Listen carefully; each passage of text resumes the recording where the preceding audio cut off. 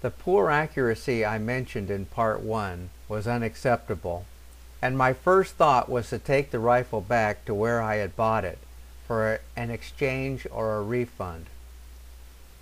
But first I took a couple of deep breaths and thought about how much I liked the product overall, and then I set my mind to discovering some way to adjust the rifle for accuracy.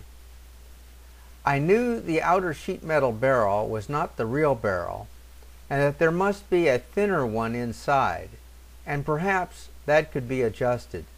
To see if I could adjust the barrel, I needed to disassemble the false outer barrel, and I found that this was very easy to do. The forearm is attached by just 2 screws. The 2 pieces of plastic can then be split apart and the forearm removed. The next step is to remove 2 receiver screws. In this picture, one of the screws is shown on the upper left. Of course, on the other side of the receiver, the screw is located on the upper right. Once those screws are removed, the outer false barrel can simply be slid forward and then completely taken off to reveal the thin inner barrel. This picture shows the inner barrel with the outer barrel slid off. Well, I looked at where the inner barrel joined the receiver and could see no way to adjust anything, so I was about to put the whole thing back together and give it back to the dealer when another idea hit me. Now don't laugh, because there is nothing wrong with this and it really works. It occurred to me that I could make it shoot where I wanted it to by slightly bowing the barrel in the direction I wanted the pellets to go. It seemed like a good idea, so I tried it by gently bowing the soft steel barrel against my knee. You know, it worked. In fact, it worked a little too well, and when I partially reassembled the piece, I discovered that it was now shooting too far to the right. Obviously, this technique worked, so I was glad to know that I could make this thing shoot well after all. After giving the barrel a slight tweak, I partially assembled the rifle by sliding the false barrel back in place. I did not put it completely back together, but held the front down with the 2 forearm screws, while being very, very careful not to cross-thread the screws and strip the holes.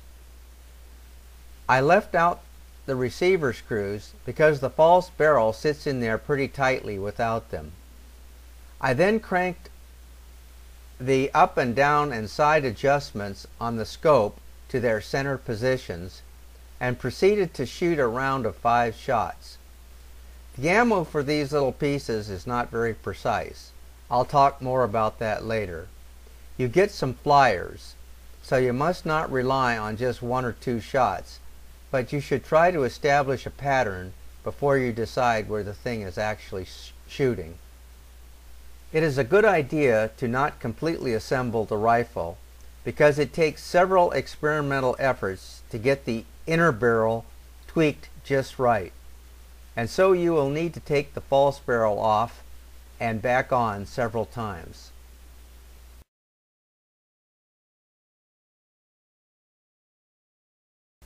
When you get the rifle shooting a pattern near the center of the target, it is time to fully assemble the unit and tighten down all the screws.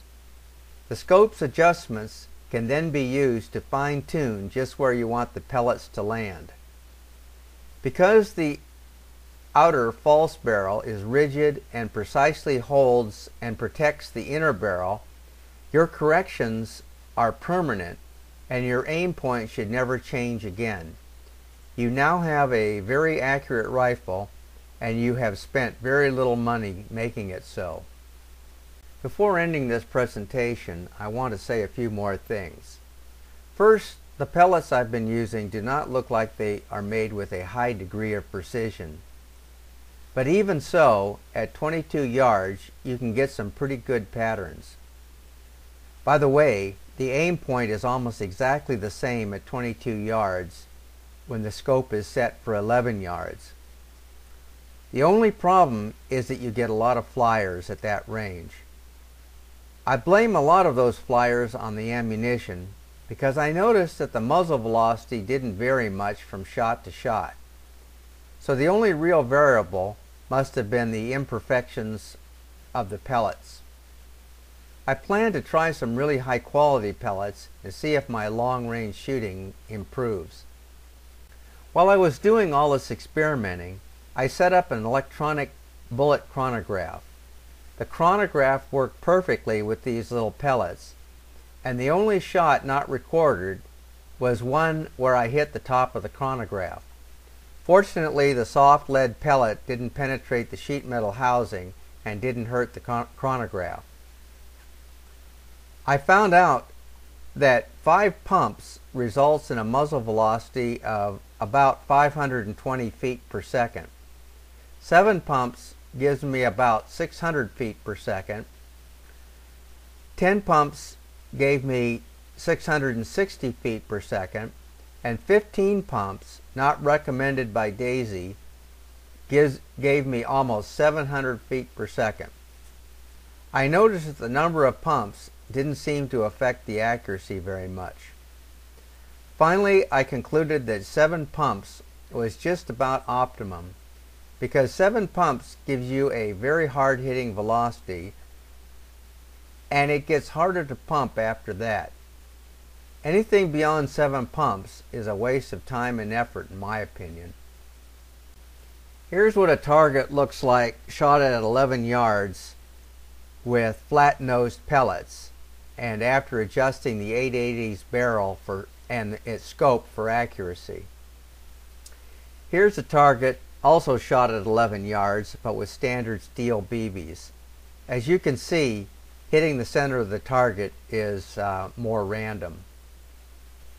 Now here's something to think about. I weighed the flat-nosed pellets and found that they weigh 7.85 grains each. At 600 feet per second, that's only 6.25 foot-pounds of energy.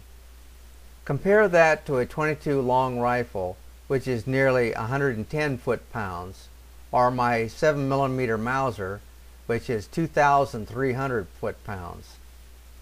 Now, I will admit that these little 18 caliber pellets have amazing penetrating power, but at their low velocity and with their small diameter, the surrounding tissue damage and bleeding just has to be pretty minimal.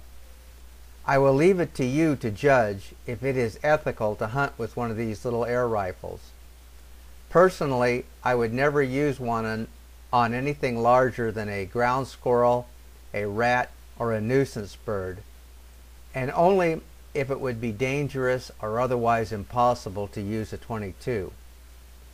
Now, having said all that, these rifles are not toys, and I am quite sure they are perfectly capable of producing very serious and painful wounds.